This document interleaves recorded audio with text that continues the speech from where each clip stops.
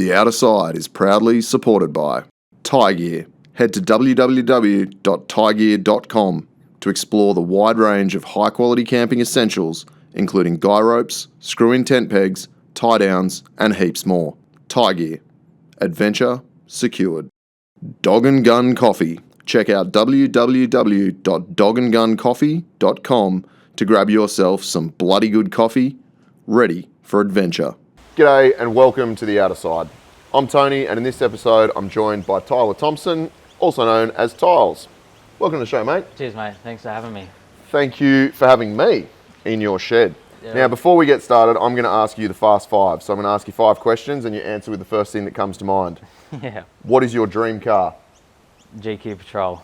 I love that. What is your favourite place in Australia? Cape York. If we're talking four-wheel drive destinations, Cape York. That is a very common answer to that question, and I haven't been, so I need to go. Yeah. Is it a Palmer or a Palmy? Palmer. Oh. We're talking chicken Palmer. Yeah. If I was to say, I would say chicken Palmer. I'd say chicken Palmer. I wouldn't say chicken Palmy. Are you from Victoria? No. Right. What is your favourite band or music artist?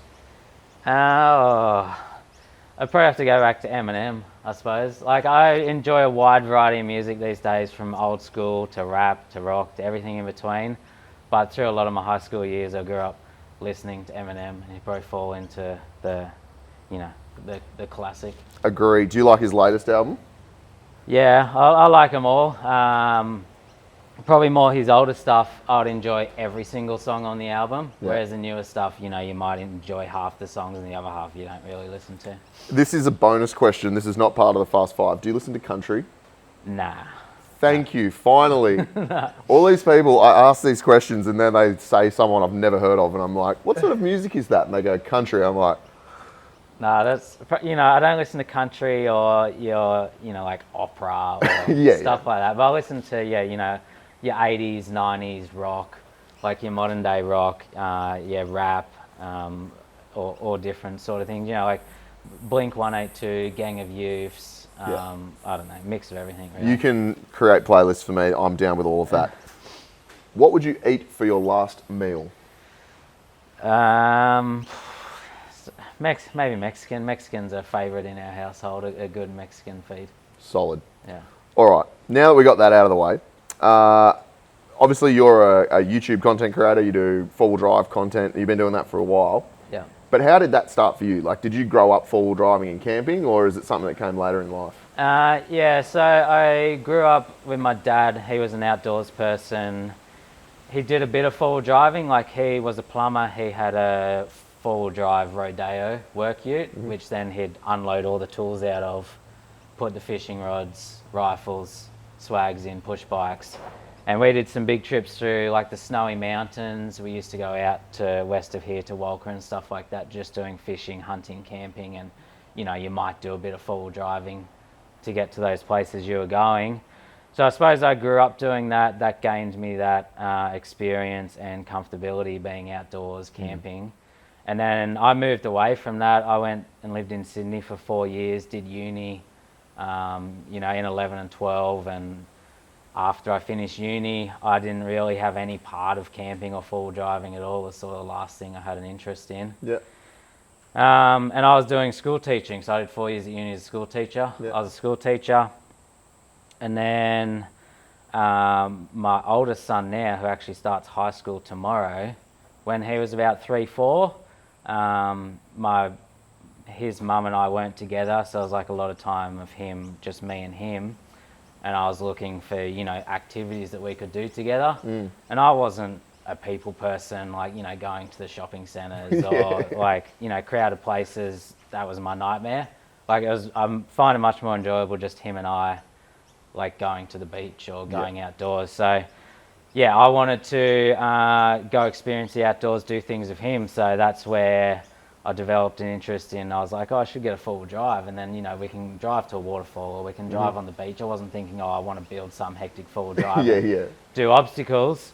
So I got a four-wheel drive, which was a Hyundai iX35 all-wheel drive. Yeah, right. So it's not a four-wheel drive. It's a stepping stone, though. It's a stepping stone.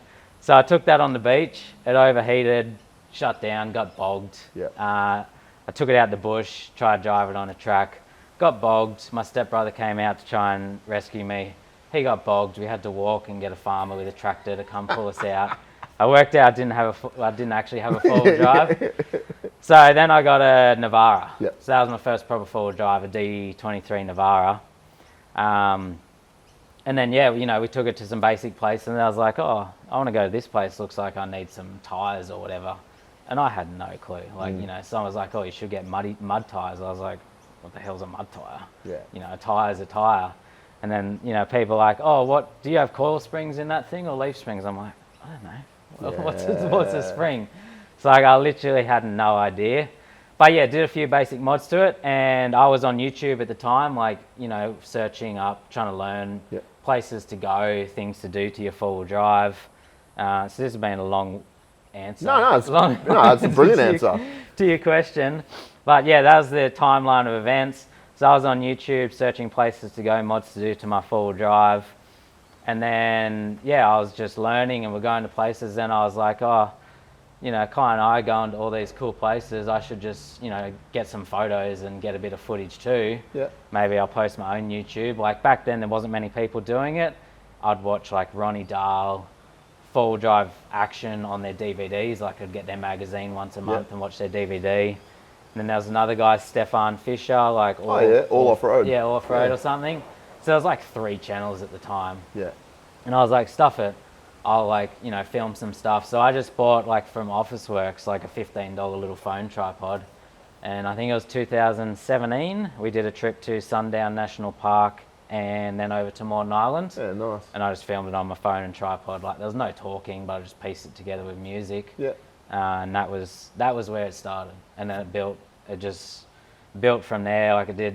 And then the next trip I was like, oh, these guys I watch, like they talk. No one really wants to just watch footage and music. So the next episode I was like, oh, I'll say a few things on the camera, which was horrifying. And I remember filming that. Is that still on YouTube? Yeah, that was still on YouTube. Good. And I remember like, I was like, oh, I posted it to my local, like the local four-wheel drive Facebook group, because I went to like the cells, a local out here. I was like, oh, you know, I filmed a little video. I was like, oh, I'm so sorry about my voice. Like I was apologizing. I was like, this is the worst ever, but if you want to see it, if you want to watch it, you can, you know, got like 100 views or something. Yeah. And yeah, the interest just built from there. So there was no goal, there was no end plan.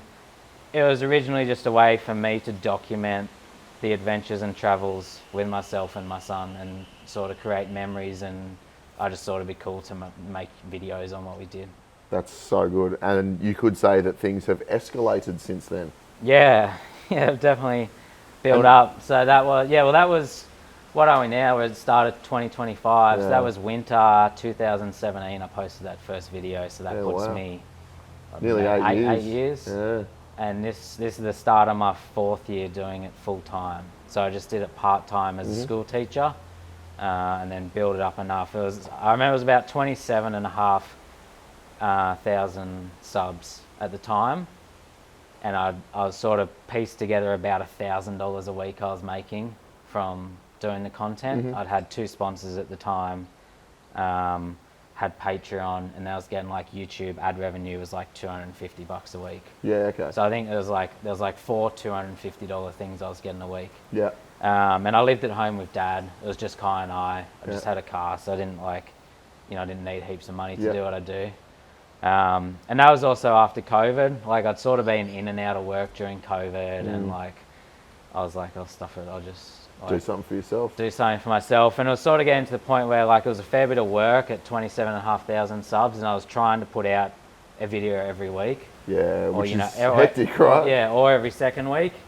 And then, school would be like, I was doing anywhere from 3 to 5 days a week at school. Like I was just casual. So, when you're doing a 5-day week at school, like it's hard to then try and do the YouTube as well. Yeah, I get it. I'm learning all of this very quickly at the moment. Yeah. It's, there's definite benefits to doing weekly content, but once you start doing it, you're like, oh my God, this is pretty intense, eh? Yeah, so I've been doing weekly content for, probably 5-6 years now. Like I miss the odd week here and there. Yep. But then some weeks I'll do a double. So I pretty much I do that 50 to 55 episodes a year. And like you don't stop. You can't stop thinking, or like, I'll just have to do this bit here or that bit there, or like, what's the next episode gonna be? Like, it's you have to be like on it all the time, and it's like a special type of dedication to like keep that up year after year after year. Yeah, definitely. And even like before we started filming, we were talking about like the maintenance on these vehicles. So it's not just weekly content, but it's weekly content, travel content. Yeah. And you're breaking your vehicle all the time, or like, you know, stressing your vehicle. So the maintenance schedule. So I guess that's like, you know, compounds as opposed to some other forms of content where, you know, you might be sitting just talking in front of a camera, which is the overhead, I guess, is a lot lower for something like what I'm doing as opposed to the four-wheel drive travel content. Yeah, like especially, you know, there's a lot of very successful YouTube channels that are filmed in people's bedrooms in front of a computer doing like games or, you know, reacting to things or whatever. And yeah, you know, they're making 10 times the money. Yeah. But they don't have the same, sort of, there's a lot of moving parts in what goes on here. And that's, you know, that's why I have like a permanent part-time mechanic now. Yeah. To like organize the builds and the repairs and do all that side of things, because I just don't have the time. Like my focus has to be that constant push to get that weekly episode filmed, edited, thumbnail, uploaded, copyrights cleared, like all the behind the scenes things that go on with it. And it's just time, right? Yeah. Like it's just the input time. And you know, you were talking before about the time to edit. Like, what did you say? How many cameras are you editing generally on a travel trip? Yeah, like depends on the trip. Like our more complicated trips where I've got multiple vehicles, like I'm editing up to 12 cameras. Yeah, right. Like on a single episode, which is just, a lot of time to get through all those 12 cameras and link them all up. On the more basic trips where it's just like, say, myself, my partner, and our one son, it might be like 4 or 5 cameras. You know, you might have 2 GoPros, a drone, and 2 main cameras or something, which is like a lot easier. It does get complicated once you're up around that 10 cameras. Yeah, I can't even comprehend doing that as I sit here looking at my one camera that I have to edit with. So just from a technical standpoint, when you're editing these videos, say you've got 12 cameras, are you importing all of that footage onto a timeline, syncing it, and then cutting them, or are you clipping them all up and then using like a time code or something? Nah, so like, I'm probably a bit behind because I don't have any formal like experience or training in editing or camera work or anything like that. So I just had to learn as I go. Yeah. So I started off with iMovie, which is just, that was free on my Apple that I had. I now use Final Cut Pro, which is like the next step up. So I just get all the footage in, like it's all there on the left on Final Cut Pro, and then I'll just drag and drop one at a time. So I'll work my way through, I'll start with the main camera, I'll drop it, I'll cut it, and then I'll drop the next clip, I'll cut it, and then I'll come add next camera and I'll slot them in the time. So I just keep working camera through camera and slot them in roughly where they would go. So I just then have like a 2-hour timeline, all the footage, sort of in a rough order, and then I start at the start and start creating a story through that footage. Right. So how long on average are your episodes? Like in terms of final finally output? Probably that 35-40 minutes. And how long does that take you to edit them out? 20 to 30 hours, depending on the episode.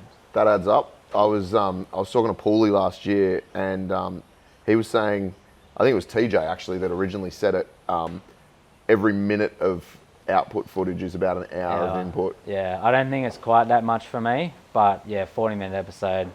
Like 40-minute episode, if it's like, you know, Demi and I and it's 5 cameras, that's where you probably get it closer to that 20 hours. But when you got that 11, 12 cameras, you're probably clearing that 30 hours. Wow. So yeah, doing that every week, that's a almost a full-time job. Plus, you've actually got to go and do the stuff to film, right? Yeah, well, that's where the issue is. Like, if I was at home all the time and could just edit, I could stay on top of it. But like, you go away for 2 or 3 weeks, you can't edit. So then you come home and you're just like behind. You're trying to catch up, and then you're trying to get ahead. It's like this constant like roller coaster of trying to catch up and then trying to get ahead before the next. Before the next thing you do. So it's just that constant balance. No, I can fully relate. As I said, I've only been doing this show for 6 months now, but I got to the end of 6 months and went, I need a break because I've got a newborn that I've been neglecting while I've been doing this. Yeah. But also like just trying to keep up with the weekly releases. I was getting to the point where I was like shooting and then editing and releasing it 2 days later, and it's stressful, right? So the reason I took a bit of time off over Christmas was to try and get a couple of episodes in the bag so that once I start releasing them, I've got a little bit of breathing room. Yeah. Because you're right. As soon as you go away or like you get sick, like you've just been unwell, and then you're nailed, right? You can't catch up. Yeah, that's the issue. Like you can sort of get ahead, but then there's always something that just like kills that 2-3 weeks you've got ahead because you're away for a couple of weeks, or you're off in an event or whatever. If like I think the trickiest part for me and us is we're a family of 6. We have 4 kids, and we have a 2-year-old at home 24/7. So like if I didn't have 4 kids, it would be much more manageable. But it's that balance of the family of 6 and like the business that never stops. Like there's no, like I enjoy my job, like I love it, and I'm very like grateful, and it's an incredible job with amazing experiences and opportunities. But like there's no Christmas, there's no Easter, there's no Australia Day long weekend like we're on now. Like yesterday, like I spent most of Sunday working. Like there is no holidays. Like the Christmas just gone was probably the biggest break I've had in a long time. I had about 10 days there off, but when I say off, I still did 2 to 3 hours a day. But I didn't have like that constant like I'm trying to smash editing day after day after day because I worked really hard before that. But so I just, you're just doing that behind the scenes, which you have to do all the time running a business. Like that 2 to 3 hours a day, just bit of social media stuff, bit of emails, bit of like sorting stuff out behind the scenes. But it's sort of, that felt like a break to me. Oh, absolutely. And I get that. And I think, from having some other creators on this show and having these sorts of conversations, a lot of my audience have said, it's really good to get a bit more of an insight into what goes into it, because I think for a lot of the audience, and I'm generalizing here, but they see the finished product and they don't really think too much about what goes into that. And they go, oh, how lucky is this guy? He gets to go full driving all the time and going to all these amazing places. But when you're someone like, like yourself, not only have you got to produce that content, but as you said, like it's managing the social media and replying to comments and messages and dealing with sponsorships and your tax and it's everything. It's you're running a full business as well as being this, like I suppose, media personality that people want to be able to access. So it is quite it's quite intense, right? Yeah. There's a lot of moving parts, and like as the channel built, it's got more complicated because like now I have. Well, Demi, my partner, she's sort of done 10 to 15 hours a week for the business for the last few years now. But then I've had Berto, he's been with me for, it would have been a little bit over a year now. So you turn from like someone, like I'm a very individual person. I grew up an only child. I'm not a super social person. Like I can sit down and have a good conversation like this, but I'm not great in like group settings. Like I'm I think an introvert where like if I go out socializing for the day, I need to like go, cooks out. Like I'm done for. So like I did this job because it was like Kai and I, a job or whatever, it wasn't a job at the time, but I did this because it worked with me. Like it was just Kai and I would go out, we're on our own, like I don't have to answer to anyone, we're just doing our own thing. And then from there, it's eventuated into me trying to manage employees, which is like a whole new ball game. That's like, you think, like, and it's nothing against like Berto, like he's great, but you think like, oh, I'll put someone on to do the work, this will make my life so much easier. It solves 10 problems and then creates 10 other things you got to manage.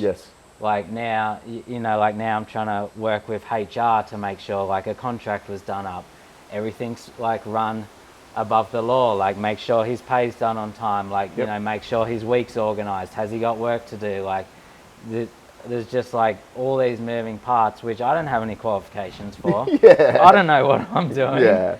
So like it just is what started here just escalated to over here. It's just like a completely different world that like you're always learning and trying to adapt and work with and stuff like that. It's pretty cool though, and like it's so funny that you went to uni for 4 years and got a HECSTET and got a qualification in something, and now you're doing a whole bunch of other things that people go to uni for, but you're just making it up as you go along. I kind of like it. Yeah.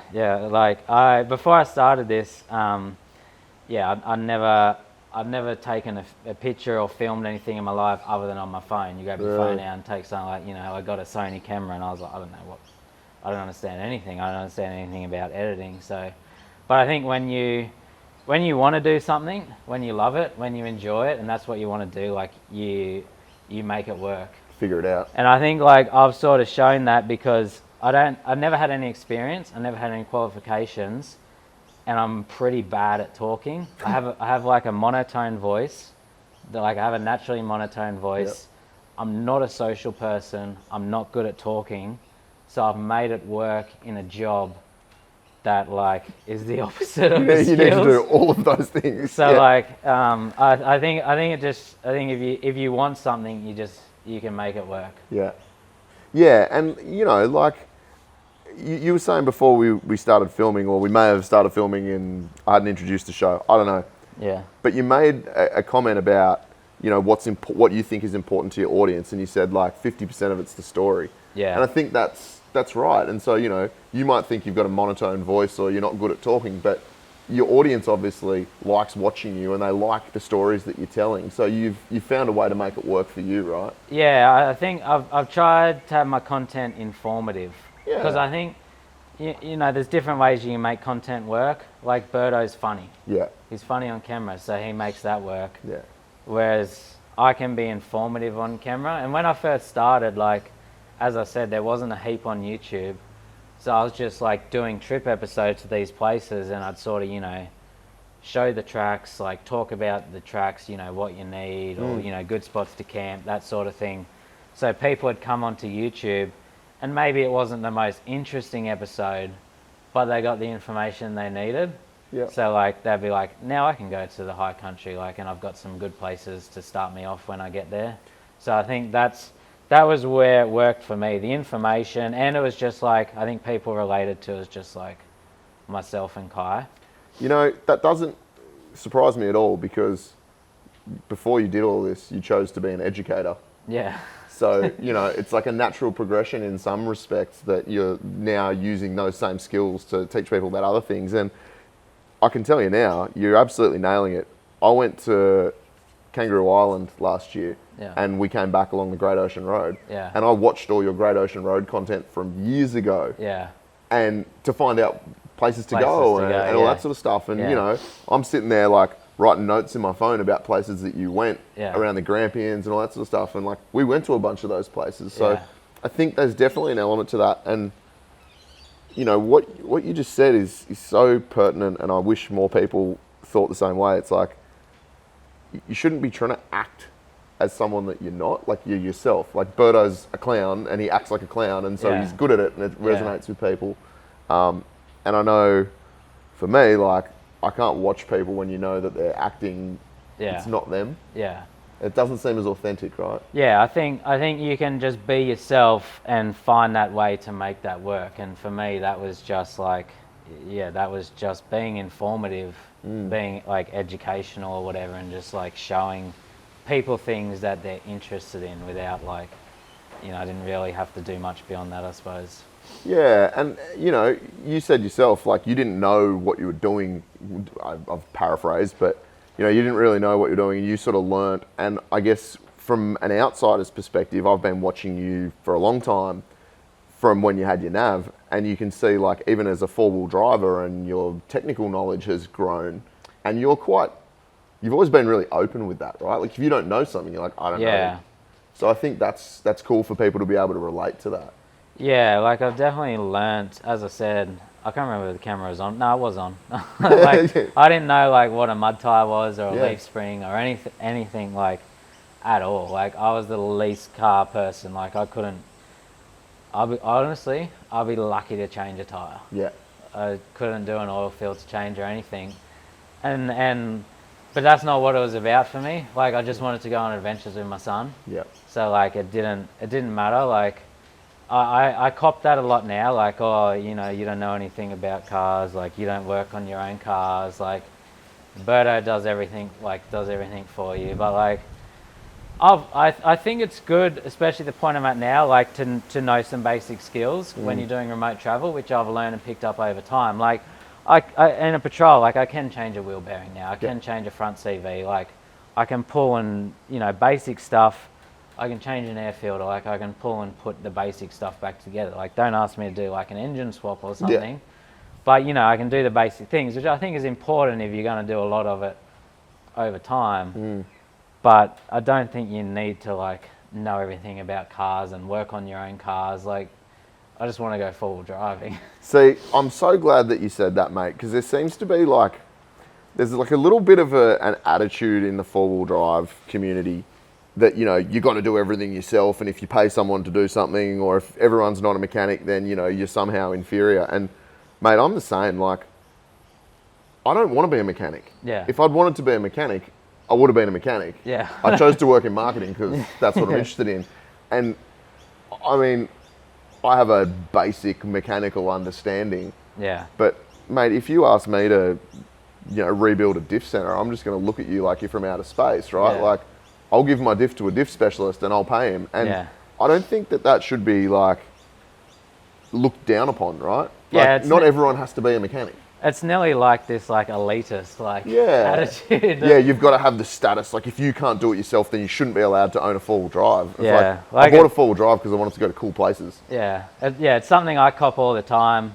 I generally ignore most of it, but sometimes like it just gets out of hand. I have to sort of, you know, I sort of just try and explain, look guys, like you try and answer some, but I'm not that.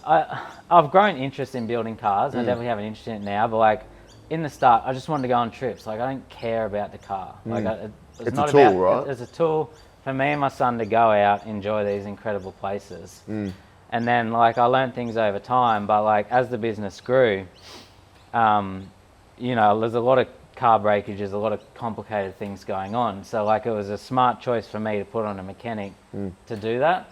And then I can keep focusing on the filming, the editing, the running of the business, which is like a huge job in itself. Yeah. But I still just cop like all the time, like, oh, I can't believe you make Berto do everything for you. Like he's some form of slave. Yeah, well, that's being held against his will. I've had to explain it a few times now. Like, I just ignore most of it because like you can never win. But like I've had to explain episodes a few times now. Like, he is a paid employee. Like, people act as if like I just like drag my mate into the shed and like make him build my cars for me every day. I'm like, that's how life works in Australia. Like, you do a job, you get paid money. Yeah. Like, he gets sick pay, he gets holiday pay, like he gets all the benefits, like he gets a good wage. Like, when we go on trips, he gets paid to come on trips and go forward driving, camping. Like, I feel like it's a pretty good job. Living the dream. He's doing what he likes doing, and he's getting paid for it. And like, you know, at the moment, like he's getting paid to build his own car, which pretty cool. You know, that's then. And well, there aren't too many other mechanics that are going to pay, or well, you know, business owners that are going to pay a mechanic to build their own car, right? Yeah, and you know, like it works. Like it works for both of us. I'm not like, oh, you know, he's so lucky or I'm so lucky, but it's just, it works, it's good. But people just don't see it.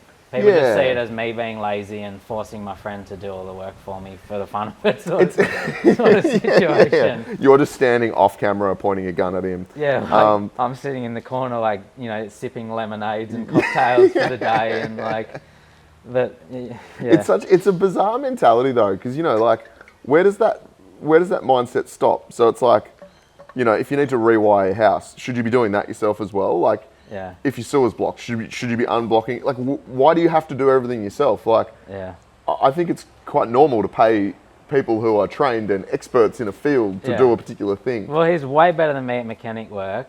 Like, people love him on camera. He's funny. He's entertaining. If I do all the work, then he's gone. Like, there's no Berto. And the other thing, you said it before, you know, if you got Berto to edit something, it might take him 8 hours and you can do it in 2. Yeah. it's the reverse with the mechanics, Yeah. right? Like, for him to pull an engine out of a car probably wouldn't take that long, but if it was you or I, it might take us a fair while, and it's not a good use of your time, right? Yeah, like the business works when you hire people to the strengths. Like I have weaknesses, so I hire people to fill those weaknesses, and then I work to my strengths. Like it'd be stupid of me to try and like, well, I'm just going to do all the things I'm bad at here. Yeah, it's quite bizarre. So anyway, if you're on the internet and you're in the comments section, try and not tell people that they all have to be mechanics. Yeah. That's my advice to you. So something that you said at the start, which I think is really cool, is that you started all of this, like the adventure stuff and camping and you know, going out in a four-wheel drive with your dad. But now I see your dad's on your channel sometimes and comes on trips with you. Yeah. It's like gone full circle almost. Yeah. Yeah, so I sort of brought him back into it a bit. Like, well, he never left it. But he was never into, you know, modifying a full drive or doing obstacles. It was more just like, oh, well, I have to drive down this track because there's a good fishing spot down there, or, you know, like that's where the rabbits are or whatever. Like, he sort of grew up living off the land. Like, he hunts to eat and fishes to eat and stuff like that. But, yeah, it sort of took me some convincing. It probably was like 2 years of me like doing full drives and telling like he should like get a full drive and sort of do some mods to it so he can come. Okay. But yeah, he eventually got there, and then he got the MUX, and he sort of took that everywhere. And then he's recently bought a 3-litre Patrol just because it was getting to that point where like he'd have to skip half the tracks, or he'd try and do the tracks, and we'd spend the day like winching him and breaking something on his car, which wasn't really that fun for him. So yeah, he's sort of stepped it up now. Like it's still a moderate Patrol, like it's just 33s and a 2-inch lift, but it's got twin lockers, a winch and a bar work. So it's a hell of a lot more capable than an MUX. Yeah, so he can sort of, you know, and he can sort of drive it a bit harder, like bounce it up a step and not snap the front end in 3 pieces sort of thing. So was that his decision to step up to the Patrol, or was there a bit of guidance from you, or a bit of prodding? We'd sort of talked about it, and he was keen. And the Patrol, like, we drive Patrols, I like them, but I don't really care what people drive. Like, I'm not like, oh, if you don't drive a Patrol, then you suck. But that was honestly just the most suitable car for him, because we wanted solid axle. He wanted an auto. He's got a bad hip, so he can't drive manual. And he didn't want to spend like too much money. So a 3-litre solid axle Patrol fit all that. Like we looked at the 105s, but cruiser price goes up. Like, and you don't, personally, I don't really think you get any more vehicle in a 105. Like 105s don't have a great engine either. Like they got a FZ petrol or a HZ, like non-turbo diesel. It's not like the 3-litre ain't a great engine, but it's not as if the 105s are wonderful engines either. Like you sort of want to swap it to a FTE or something if you want something and good. Then you're talking about an $80,000 or $90,000 car, so it's a different ball game. So we built like a very capable Patrol for him that's very comfortable, very nice for, you know, that 50-ish grand. You just sort of was the best vehicle to do. I think the vehicle was, you know, low 20s, and then we spent that 25, 30 grand on mods. Man, I know 3-litre GU Patrols get heaps of hate, but like, bang for buck, I honestly think they're hard to beat. Like you look at Pete from Ultimate 9, what he's done in that 3-litre Patrol, which, it's got 35s on it, twin locked, 2-inch lift. That's kind of it. It's a pretty basic car. And that car's been everywhere, and it's been super reliable. Like, I don't know, man. I think it makes sense. Yeah, well, the main issues, like he had a failure in Cape York, which was a fuel system failure, and then that sort of snowballed into we need to replace quite a few things in the fuel system. But that's like a modern common rail diesel thing. You have a problem, like it was 200,000 kilometres, nothing had been replaced, so it's sort of like that time they copped bits of bad fuel over time. So it wasn't really like, oh, here we told you 3 litres suck. Like it was more just, you know, common rail diesel sort of situation. And man, everything has problems. Everything has problems. You might not see it all. What the hell is that? That's a garage door going I thought it was a bird, and I'm like, what the hell? You got some rare bird living in your backyard. No, it's a garage door. Yeah, right. And I think like we were talking about it before we started filming. You don't always see everything that goes wrong when you're talking like four-wheel drive YouTube stuff, right? Yeah. And a lot of people don't talk about it. I'm quite happy to share when I break stuff on my cars and when things go wrong. And, I get people messaging me going, oh, your Land Cruiser's been on a tow truck so many times. It's like, yes, it makes 1,000 Newton meters and I drive it like a race car. So I'm going to break stuff on the road, and I'm quite happy to say, yeah, something broke. But everything will break. And particularly, if you're going to keep using it and abusing it, you're doing a lot more four-wheel driving than the average person would do in a year. Yeah, because it's a full-time job. Yeah. We try and aim for about half trip episodes and half shed build content. Yep. So to film 25 trip episodes a year, that's that's a lot of time on the road and a lot of smashing your car through obstacles. It's not like we just went on one big trip in a year and a couple of weekends. It's like we went on 6 big trips and like 10 weekenders. And you're not doing you're not just cruising up fire trails or going for a leisurely drive up the beach. Like particularly now, you're driving properly rude stuff. You're driving hard tracks, right? Well, it makes sense in our circumstance to have a capable vehicle that can do everything, because there's only so many tracks. There's only so many locations you can visit in Australia, right? So if you're traveling to wherever, let's say you're traveling to Cape York, you've put in a lot of money and time to get there.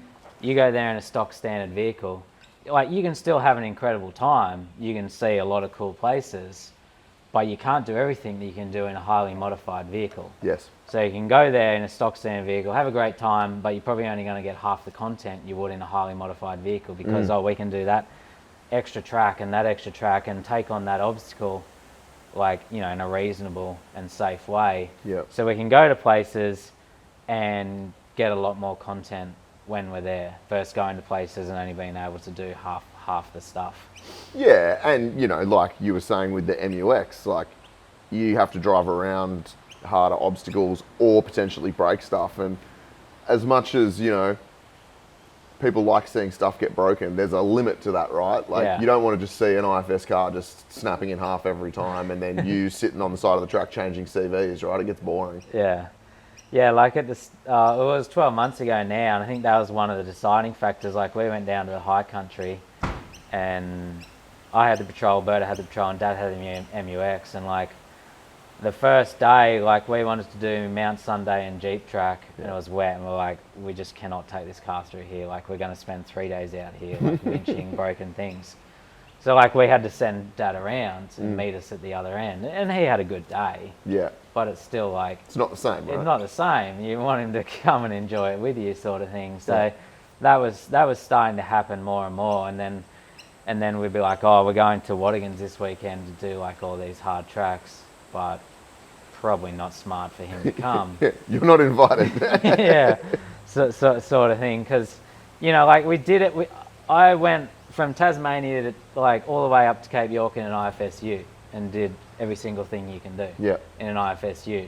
But then there's the 30% you can't do. Yes. So you're like, well, I may as well get the next car and do that other 30%. So you had a D23 Navara. Yeah. Which is very interesting. My first four-wheel drive was a D22 Navara before I bought the Cruiser. Yeah. And so many people I talk to, they start with a Nav. Yeah, okay. And I guess because they're affordable and they're comfortable and modern, but then you get to that point where you realise the limitations, right? And so your first solid axle four-wheel drive was the GU, right? Yeah, correct. Yeah. Okay.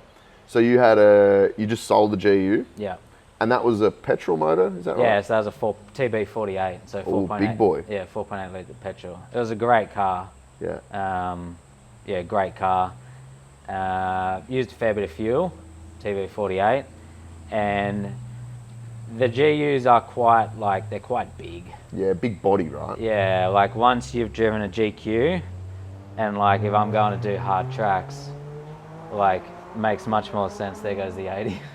I was like, that sounds like a Barra. Yeah. It is a Barra. Very good. Makes much more sense. I feel much safer in the GQ than I do the GU, and I feel much less like I'm going to destroy it. Yeah. Because the GU is a It was a nice, like, tough tourer. Yes. But I didn't want to take it to do, like, the $1,000 track and, like, 6-stage and dumb things at Wadigans and stuff like that. I get it, dude.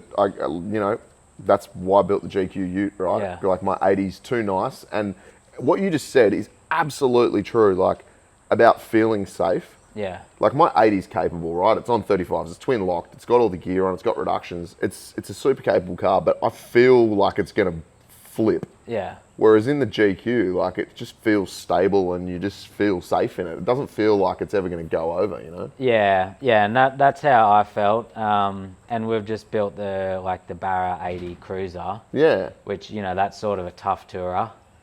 And I've got the Extreme GQ. So the GU just sort of became a bit redundant in the middle. Because you had specialised vehicles for each thing, as Yeah. opposed to like one that you're trying to do. And like, I don't need that many car regos and insurances and Yep. things like that. I get it. And, still just the maintenance, right? Like having extra cars to maintain. And being that I'm a four-wheel drive travel and build channel, we need to keep builds coming. So I'll be doing a new build in the future, and I don't want to keep just stacking cars in my backyard.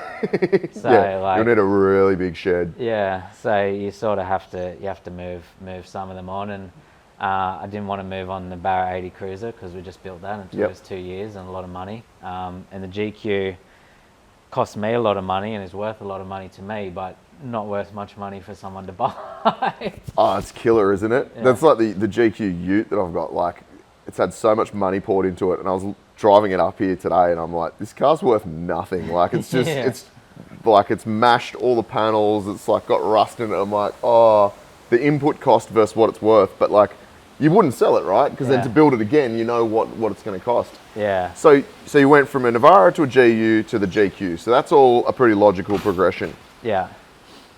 That was a basketball hoop blown over in the wind. Hopefully that didn't land on my Ute, because then that'll be another panel. Oh, whatever. I think it went down next to As long as it doesn't do the roof, then we're good. But then an 80 series. Yeah. So as an outsider, someone might say, oh, this guy's a Nissan dude. And then if you don't own a Patrol, it sucks. But then you went to the dark side and built an 80. So what was the motivation there? New content for the channel. We can't keep building Patrols on the channel. Yep. Like we built Nissans, we built a Navara, we built a GQ, we built a GU. Like we could have built a Y62, but like, we wanted different content, variety. I like the cruisers. As I said, like I sort of went Nissan and Nissan and Nissan, but I don't actually really care. I'm not like, oh, I can only have Nissans. Like, I sort of happily own whatever suits the task, really. Whatever. And the 80 was just, a great platform to build like a tough tourer. Yeah. Oh, mate, as a touring vehicle, like my 80 is, obviously that's what it's built for, right? Like tough touring, but I've looked so many times and thought about selling it, but I don't know what I'd replace it with. Yeah. Because to find something that can do what my 80 can do. Yeah. I don't know what that would be. I'd probably be a GU, and then I'm like, it's kind of the same thing, so what's the point? Yeah, for sure. But, I don't know what we'll do next. We've sort of talked about maybe doing like a LN 106 Hilux or something. Oh, yeah? We prefer the older vehicles because a bit more character, bit more like you can make it more custom and your own. Yeah. And more content. Yeah. Like when we built the Barra 80, it cost us a lot of money, and people are like, oh, you could have bought a 300 series for that. Like, yeah, we could have. I could have spent like 130 grand or 150 grand or whatever 300 series, got one episode being like, hey guys, I bought a car, cool. Or we spent 150 grand building that 80, and I think I got 18 or 19 episodes out of it. Yeah. So it was like half a year's content. Whether or not that content made all the money back is debatable, but you've got a cool car as well. I've got a cool car and a hell of a lot of content. So like the older cars sort of make more sense. Yeah, and you're absolutely right with what you said about character. Like, I mean, sometimes the character's good, sometimes the character's bad. Like, my Ute currently has a bit too much character for my liking because there's lots of stuff on it that's not like perfect and it's a bit broken. But yeah, the old stuff's definitely cool, and I guess there's a reason that cars like GQs and 80s and LN106s have cult followings, right? Because they're cool. The only problem with an LN106 is they're really expensive now. Yeah. I don't know if you've been looking, but like... Yeah, like a lot of these cars are getting more and more expensive. Yeah, as soon as they get, like, the more popular they get, the second-hand market just goes crazy for them, eh? Yeah, and like they're more, they are and aren't more reliable out the bush. Like as in, there's a lot of old things that can break, but they're a lot more fixable. Yeah. If they do break, whereas like you have a new car out there and it sends like 12 different codes and you need like a $10,000 scan gauge from like the dealer. Yeah, which you can't buy. Read the codes, and like you look in an engine bay and it's like there's rocket ship in there with like, you're like, I need to get the alternator out. You're like, cool, I have to pull half the engine apart. Yeah. Whereas like a TD42 is so basic. There's like one bolt. Yeah, there's no computers. Yeah. There's like 3 wires. Yeah. And like, it is sort of just like basic grown-ups Lego. Like, yeah. You can just pull things apart and put them back together. Yeah. So, I feel much more safer in something like that. Yeah. And than having like, you know, a modern day computerized car. Yeah, and also things like, you know, their resistance to water, shall we say. Like, you know, you go drive a 300 series through a bonnet deep water crossing, it might not be that happy. I don't know, I've never done it, but I'm imagining that, you know, they probably wouldn't like their electronics being filled with water. Yeah, like a TD42, there's no reason you can't run that thing, as long as it's airtight, there's no reason you can't run that thing underwater for hours. Yeah. Like there's nothing in it that won't work. As long as the engine's breathing air, as long as your snorkel's sealed, like you're good, you can drive through whatever. Yeah. And it won't matter. Like, whereas a modern day car, I wouldn't want to sit at bonnet deep in water for 5 minutes. No, and I can tell you that a TD will run underwater because I've run mine underwater before. Not by choice, I might add, but yeah, it's and I suppose there's another aspect to that as well, you know, like if you're super remote, like you've done the Simpson Desert, right? Yeah. So like, if you're in the middle of the Simpson Desert and you're a couple of days away from vehicular help or, you know, being able to fix something, having that simplicity must be, I guess, a little bit comforting in some respects. Like, it gives you a bit more peace of mind. Yeah, definitely. And like, we take Berto with us on a lot of trips, who's very knowledgeable. We take a lot of spare parts.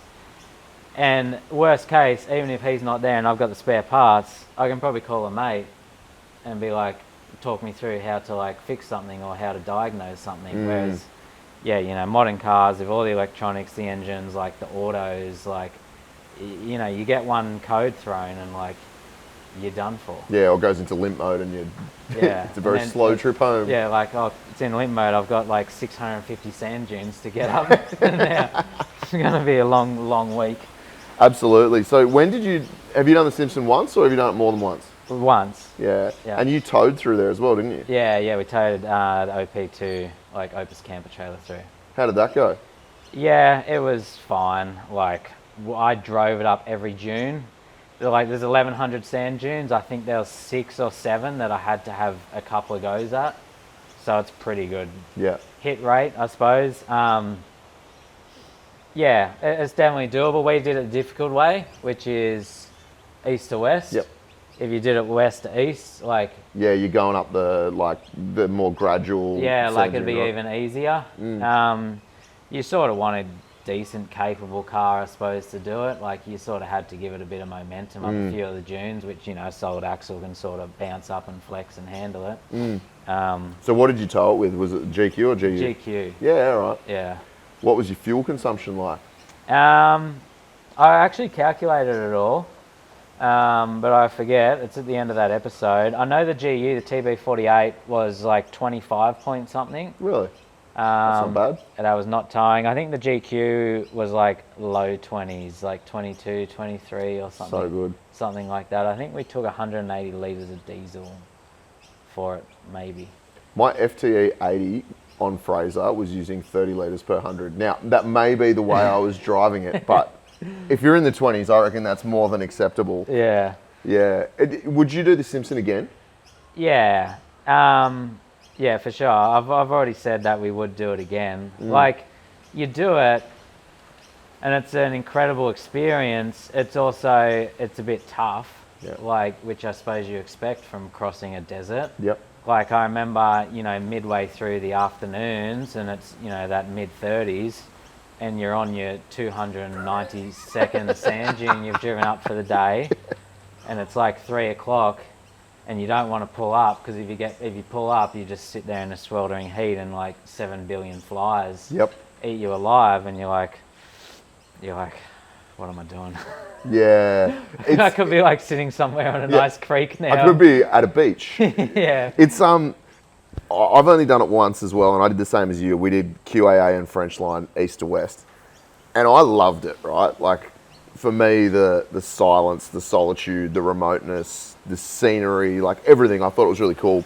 I took my wife, and my wife loves four-wheel driving. She loves touring. She loves adventures. She loves being outdoors. I reckon like it was the end of the first day, and she's like, how many more sand dunes are we going to drive over? And I didn't even have the heart to tell her. I was like, like about 1,000. Yeah. And like by the end of it, she was off it. Hey, she was like, I'm never coming back to this place. It's so boring. So whenever I raise the discussion topic of going to do the Simpson again, she just shakes her head. She's like, I just want to go to the beach. Yeah. I don't want to go to a desert, but I don't know. It's just such a weird place in that it's so different to everything else. And I think that's why I liked it. It was tough for us too, because our family was really sick when we did the crossing. Oh no. We had the flu, and like the kids like bad, like they were like vomiting, like. Oh no. So we had that trip planned like for a month or whatever. We delayed leaving home for a couple of days because the kids were really sick. Then we're like, oh, stuff it, we'll just go. It took us 4 days to get to Birdsville. We did like 5 hours a day, and when we got there, like it had like travelled to the next person. Oh no. So then we spent like 2 or 3 days in Birdsville, just like trying to recover. And they were like, oh, stuff it, we'll just go. So then but everyone was still pretty sick when we crossed the Simpson, which added like an extra element. Like I remember Demi had no voice, and I was like, taking cold and flu and like trying to film an episode while we're crossing, and just like trying to like, I think I sort of just like I just like half blocked it out of my mind. I was like, I got to get us across this desert. Like I got to film an episode. Like I don't have time to be sick. Yeah. So I was just like taking cold and flu and just like, is what it is. I just got to get through it. Yeah, that wouldn't have been fun. When did you say you did it? Did you say May? No, we did it. I remember we did it the last week of winter. So Okay. we would have crossed the last week of August. Okay, and it was already getting hot? Yeah. The nights weren't that cold. Like I see people go out there and, things ice up overnight and that. It wasn't like that at all. Like you'd put a jumper on, but Okay. nights weren't that cold. And the days were like low to mid 30s. Yeah, okay. So it was definitely warming up again. Yeah, because we went out there to go to Fink, and it was like we were seeing sort of early 30s in the day, but it was like 0 at night. Yeah. Like it was pretty cold. Like we had an electric blanket in the swag. It was that cold. Yeah, we never had that. I think like our nights, that 8 to 12 sort of thing. Yeah. Would you do the same run, or would you do like the Madigan line or Rig Road or one of those ones? Not sure. Like we've talked about doing a big winter trip this year. Like we want to do Cape York, Kimberley, and then I've said like, oh, we'd come back across the Simpson, do it in reverse or something. Like we'd definitely do it again. I don't know, maybe once you do it a second time, you'd be reconsidering a third time. But I don't know, like it's one of those things, like it is really cool, but it's still like, it's a bit of a slog at the time. Yeah, and I don't think it's for everyone, but you mentioned Stefan Fisher, like I don't even know how many times he's been out there, but he seems to be out there constantly. Every year he goes out there. Yeah. I don't know, I feel like, I haven't been to Cape York and I haven't been to Kimberley, and they're two places I really want to check out, but I feel like the Simpsons kind of like one of those last frontiers, right? Like there's just nothing out there. Yeah. And you feel like, I don't know, you feel like an explorer. You're following a track, but it's still, it's the unknown, I think, that's appealing for me. Yeah, it's really cool that, being out in a remote desert, and the mornings and evenings and nights are like, so beautiful. Unbelievable, yeah. Like it's worth it for that. I think it's just during the middle of the day and like halfway through the Arvo, when all you've done is just drive up and down sand dunes. And it's not really that enjoyable outside the car.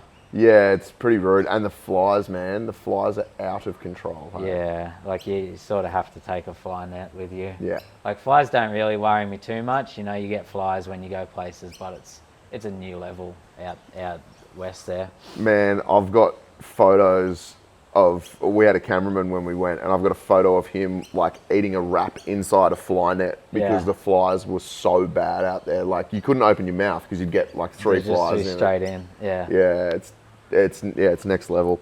So, is there anywhere that you haven't been in Australia that you really want to get to?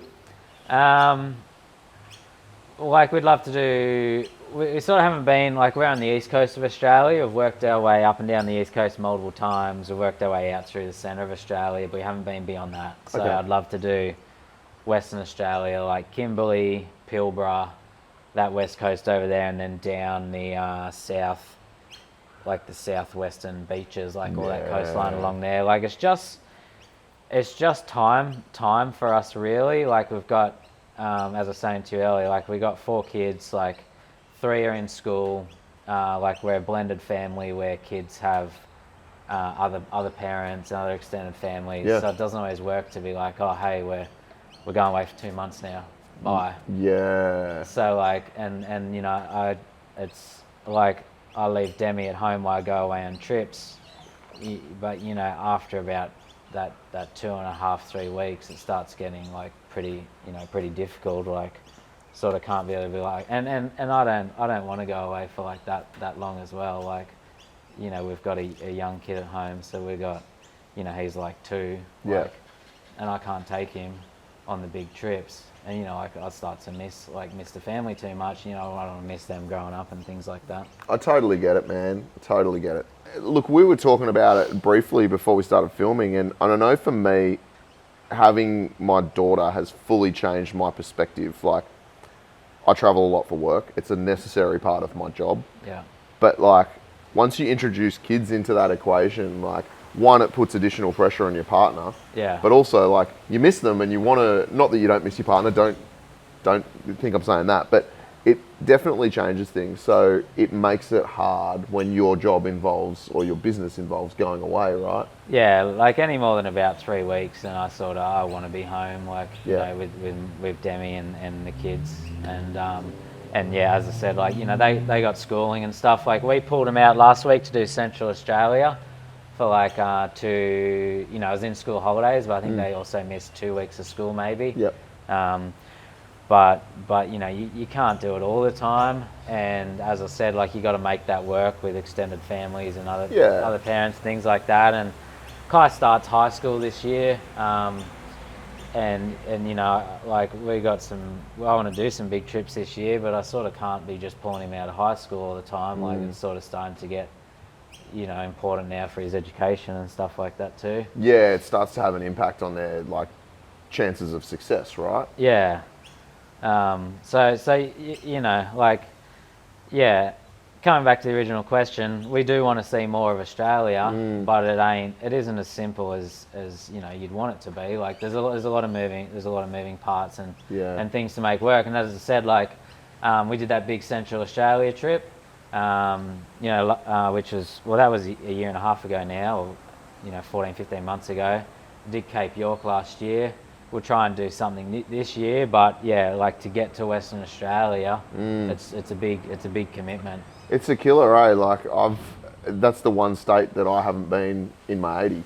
Yeah. And it's purely just because it's so bloody far away to drive. And Yeah. I looked at putting the car on a train to get it over there, and I put something on Instagram asking people for recommendations.